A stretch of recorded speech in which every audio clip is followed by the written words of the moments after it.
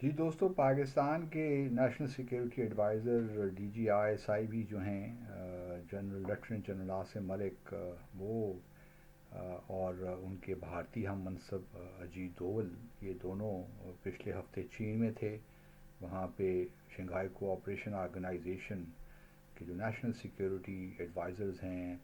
ان کی ایک کانفرنس تھی. آ، بہت سے لوگوں کا خیال یہ تھا کہ شاید اس کانفرنس سے فائدہ اٹھاتے ہوئے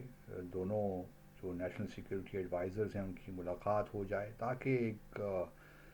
آئس بریک ہو اور معاملات کو آگے لے کر لے جایا جا سکے. کچھ لوگوں کا خیال ہے کہ یہ ملاقات ہوئی ہے، لیکن میرا اپنا خیال ہے کہ شاید چین میں یہ ملاقات نہیں ہوئی. ایک تو جس طرح بھارت کے وزیر دفاع نے شنگھائی کوآپریشن کی جو ڈیفنس منسٹرز کی میٹنگ تھی اس کے اعلامیے میں آبجیکشن ریز کیا اور وہ اعلامیہ ایشو نہیں ہو سکا، تو ایک طرح سے آپ کہہ سکتے ہیں کہ بھارت نے چین کو امبیرس کیا. تو میرا نہیں خیال کہ جب یہ حالات ہوں تو آپ میزبان ملک کو یہ کریڈٹ دینا چاہیں گے کہ اس نے پاکستان اور بھارت کے درمیان ایک بریک تھرو کروایا. اور پھر چین اور بھارت کے تعلقات کی جو نوعیت ہے وہ بھی اس کے بارے میں بھی ہم سب جانتے ہیں، گو کہ ان میں اب تھوڑی بہت حالات بہتر ہو رہے ہیں. جو کیلاش منسروور یاترا ہے وہ شروع ہو گئی ہے، اس طرح ڈائریکٹ فلائٹس بھی شروع ہو جائیں گی. تو کچھ نہ کچھ باتیں بہتری کی طرف جا رہی ہیں، لیکن فی الحال بھارت کا یہ مزاج نہیں ہے کہ وہ بھی اس بات پہ آمادہ نہیں ہے کہ چین کو یہ کریڈٹ دے کہ وہ اس نے میڈییٹ کروایا، کیونکہ پھر ایک اور بحث شروع ہو جائے گی. پہلے ہی بھارت صدر ٹرمپ سے بہت تنگ ہے، بار بار ان کے میڈیشن کا ذکر، سیز فائر کروانے کے ذکر میں. گو کہ اب پریزیڈنٹ ٹرمپ نے، اگر آپ نوٹ کیا ہو تو پچھلے کئی دنوں سے کشمیر کا ذکر نہیں کیا. البتہ یہ ضرور کہہ رہے ہیں کہ سیز فائر انہوں نے کروائی ہے اور ان کی انٹروینشن سے ہی ہوئی ہے، جو کہ بھارت ڈینائی کرتا ہے. حالانکہ بھارت کے پاس ڈینائل جو اس کا ہے اس میں کوئی جان نہیں ہے. امریکہ کی انٹروینشن ڈیفینیٹلی ہوئی ہے. اسی وجہ سے اگر آپ دیکھیے تو جو اس کی اناؤنسمنٹ ہے سیز فائر کی، وہ پریزیڈنٹ ٹرمپ نے کی اور سب سے پہلے انہوں نے ہی کی. تو جس سے بالکل بات واضح ہو جاتی ہے کہ وہ تمام دونوں سائڈ سے ان ٹچ تھے اور ان کو معلوم تھا کہ آگے کیا ہونے جا رہا ہے. چلیے یہ بحث تو الگ ہے. تو ابھی جو نیشنل سیکیورٹی ایڈوائزرز کی جہاں تک میری معلومات ہیں وہ میٹنگ تو ابھی تک نہیں ہوئی. یہ ممکن ہے کہ دونوں national security advisers in touch ہوں، جو کہ ماضی میں بھی رہے ہیں. اگر آپ کو یاد ہو 5 اگست 2019 کے بعد بھی جو ہے، حالانکہ ہمارے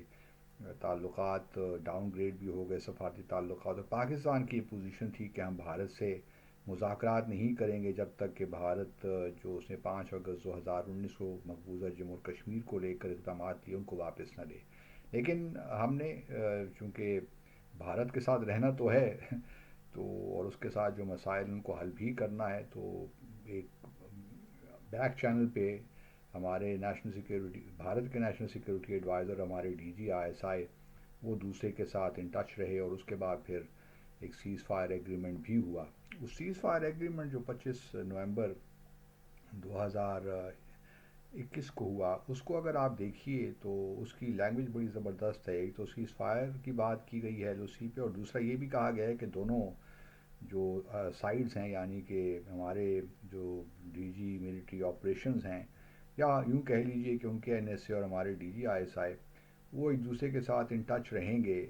دوسرے ایشوز کو بھی ڈسکس کریں گے. تو یہ ایک عجیب سی فارمولیشن تھی، کیونکہ اس لیول پہ پہلے ماضی میں پاکستان اور بھارت کے درمیان اس لیول پہ چیزیں نہیں ڈسکس ہوتی رہیں. اچھا، اب تھوڑا سا تو یہ مجھے اس پہ اگر حیرانگی نہیں ہوگی اگر دونوں NSAs ان ٹچ ہوں، اور ایک اچھی بات ہے. میں تو اسی کو ہی ایکچولی کہتا رہا ہوں، اس بات پہ زور بھی دیتا رہا ہوں کہ اس وقت ہمیں کوئی ڈائلاگ کا فریم ورک نہیں چاہیے، جو کہ ماضی میں کمپوزٹ ڈائلاگ تھا، یا اس کے بعد پھر 2015 میں اوفا میں ایک ہم نے نیا فریم ورک بنایا 10 جولائی 2015 کو. اس کے بعد پھر اسلام آباد میں بھی 1 دسمبر 2015 میں میٹنگ ہوئی، اس میں بھی ایک نئی چیزیں، ایک جوائنٹ اسٹیٹمنٹ جو آئی وہ سامنے نہیں آئی. تو اس وقت ہمارے پاس کوئی ایسا فریم ورک موجود نہیں ہے کہ ہم ایک باقاعدہ فارمل ڈائلاگ بھارت کے ساتھ کریں، لیکن اس ڈائلاگ کا فائدہ نہیں ہوتا، وہ بس ہوتا ہے، ختم ہو جاتا ہے۔ اصل چیز جو ہے کہ بیک چینل پہ مذاکرات ہوں اور اس سے کوئی نتیجہ نکلے، تو میں تو اس کے حق میں ہوں۔ اور اس میں چونکہ کیمرہ شیمرہ نہیں ہوتا، میڈیا انوالو نہیں ہوتا، آپ دونوں جو سائڈز ہیں یا نسیز ہیں یا ایون فارن سیکرٹریز ہیں وہ کہیں باہر مل لیں، یا اسپیشل ریپرزینٹیوز ہیں فار دیٹ میٹر، وہ باہر ان نون ایک نیوٹرل جگہ پہ مل لیتے ہیں، بات چیت کرتے ہیں، اور جب کوئی چیز سامنے آ جاتی ہے تو اس کو پیش کر دیتے ہیں، جس طرح سیز فائر ایگریمنٹ کا بھی ہوا۔ تو میرا تو اپنا خیال یہی ہے کہ اسی قسم کی ارینجمنٹ شاید کہیں نہ کہیں چل رہی ہو، دونوں سائڈز کہیں نہ کہیں ٹچ ہو، یہ اچھی بات ہے اگر ایسا ہے تو۔ دوسری جانب میں ایک اور بات پاکستان کو کہنا چاہتا ہوں۔ پاکستان اب یہ بار بار کمپوزٹ ڈائلاگ کی بات کر رہا ہے اور ساتھ میں کہہ رہا ہے کہ جی ہم کشمیر، ٹیررزم اور پانی کے ایشوز ڈسکس کرنے کے لیے تیار ہیں۔ میری ایک چھوٹی سی التجا ہے پاکستان کو، کائنڈلی جو انڈس واٹر ٹریٹی ہے اس کو اسٹینڈ الون ایشو کے طور پہ ٹریٹ کیجیے، اس کو کمپوزٹ ڈائلاگ کا حصہ مت بنائیے، وہ ایک الگ ایشو ہے۔ آپ نے ایک لا فیئر بھی شروع کر رکھا ہے، ابھی کورٹ آف آربٹریشن نے 2 دن پہلے ایک ایک سپلیمنٹری ایوارڈ بھی دیا، جس میں انہوں نے کہا کہ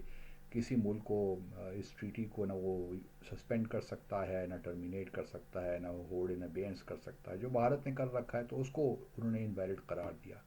لیکن بھارت اس وقت موڈ میں نہیں ہے، کسی موڈ میں نہیں ہے کہ وہ آپ سے اور یہ لا فیئر جو ہے ممکن ہے یو این سیکورٹی کونسل کا اجلاس بھی بلا لیں، آپ آئی سی جے بھی چلے جائیں، بھارت ان کو بھی نہیں مانا ہے، کیونکہ بھارت نے تو کورٹ آف آربٹریشن کو بھی کہا ہے کہ یہ لیگل ہے، ہم اس کو مانتے ہی نہیں ہیں۔ تو آپ بھارت کا اس وقت رویہ دیکھ سکتے ہیں کہ وہ کیا ہے۔ تو اس وجہ سے میرا خیال ہے کمپوزٹ ڈائلاگ کا حصہ مت بنائیے، اس کو اسٹینڈ الون ایشو رہنے دیجیے، تاکہ آپ اس پہ سیپریٹلی کام کر سکیں۔ اور یہ کام اس وقت تک نہیں ہوگا جب تک کہ کچھ ممالک کا، خاص طور پہ امریکہ کا، بھارت پہ پریشر نہیں پڑے گا، اور پریشر ڈالنا بہت ضروری ہے۔ اور اس وجہ سے اس کو آپ رکھیے کہ جو 23 اپریل یا 24 اپریل کو جو دونوں ممالک نے اقدامات لیے تھے پہلگام کے واقعے کے بعد، وہ اس سچویشن پہ واپس آ جائیں گے، یعنی یہ کہ